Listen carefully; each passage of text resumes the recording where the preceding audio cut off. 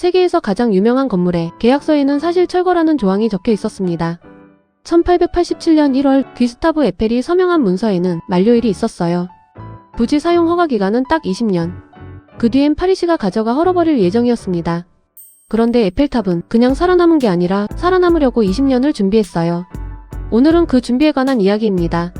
먼저 왜 하필 20년이었을까요? 에펠탑은 1889년 파리만국 박람회를 위한 구조물로 계획됐습니다. 그런데 당시 파리의 여론은 지금과 정반대였어요. 이 철골탑을 격렬하게 반대했습니다. 1887년 2월 신문 르탕 1면에 에펠시의 탑에 반대하는 예술가들의 항의문이 실립니다. 소설가 모파상과 작곡가 군우, 오페라 가르니에를 설계한 샤를 가르니에까지 약 50명의 예술가가 서명했어요. 그들은 이 탑을 쓸모없고 괴물 같은 거대한 검은 공장 굴뚝이라고 불렀습니다. 이런 반대 여론을 달래기 위한 타협이 바로 20년 조항이었어요.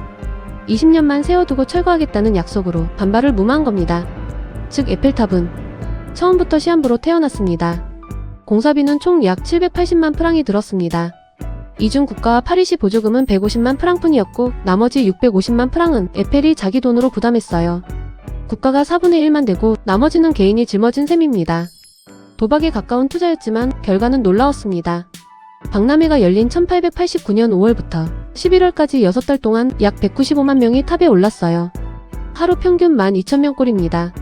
에펠은 개인 부담금 650만 프랑을 박람회가 끝나기도 전에 회수했어요. 돈은 벌었습니다. 그런데 만료일은 그대로였어요.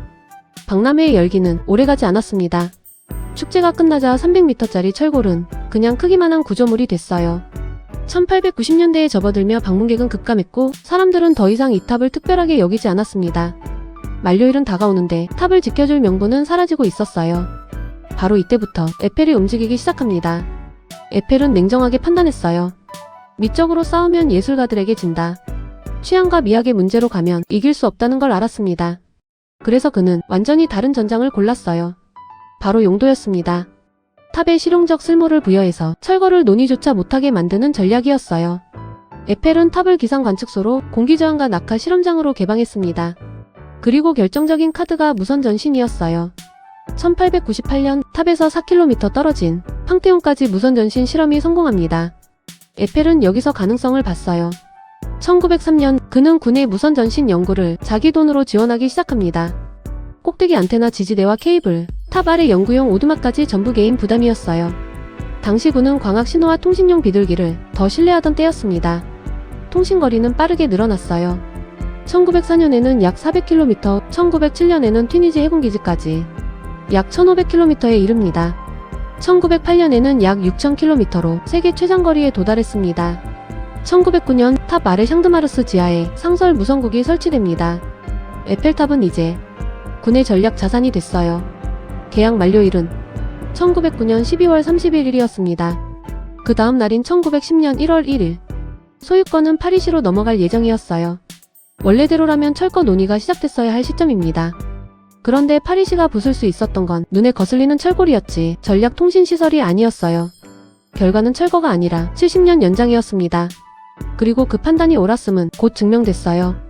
1914년 마른 전투에서 에펠탑의 무선국은 독일군 통신을 감청했고 이후 첩보 해독에도 쓰였습니다. 탑은 파리를 지키는 실질적 군사자산이 된 겁니다. 에펠은 계약서에 서명하는 순간부터 만료일을 알고 있었어요. 그래서 철거를 막을 방법이 아니라 철거를 논의조차 못하게 만들 방법을 찾았습니다.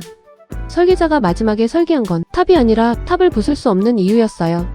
임시로 만든 공간이 영구적으로 유지되는 경우는 생각보다 많습니다. 팝업 스토어가 정식 매장이 되고 급하게 세운 가설 파티션이 몇 년째 그대로 있어요. 일단 이렇게 두자고 한 배치가 5년째 그대로인 경우도 흔하죠. 차이는 하나입니다. 그 공간이 새로운 가치를 찾았는가 하는 겁니다. 에펠탑은 전망대에서 안테나가 되면서 살아남았어요. 임시로 두는 건 괜찮습니다. 다만 왜 남아있는지는 정해두는 게 좋아요. 이유 없이 남은 것은 언젠가 채워지고 이유를 가진 것은 계약서의 만료일마저 이깁니다. 건축물의 수명을 결정하는 건 허가기간이 아니라 그 건물이 계속 유지되어야 하는 이유입니다. 흥미로우셨다면 구독과 좋아요 부탁드려요.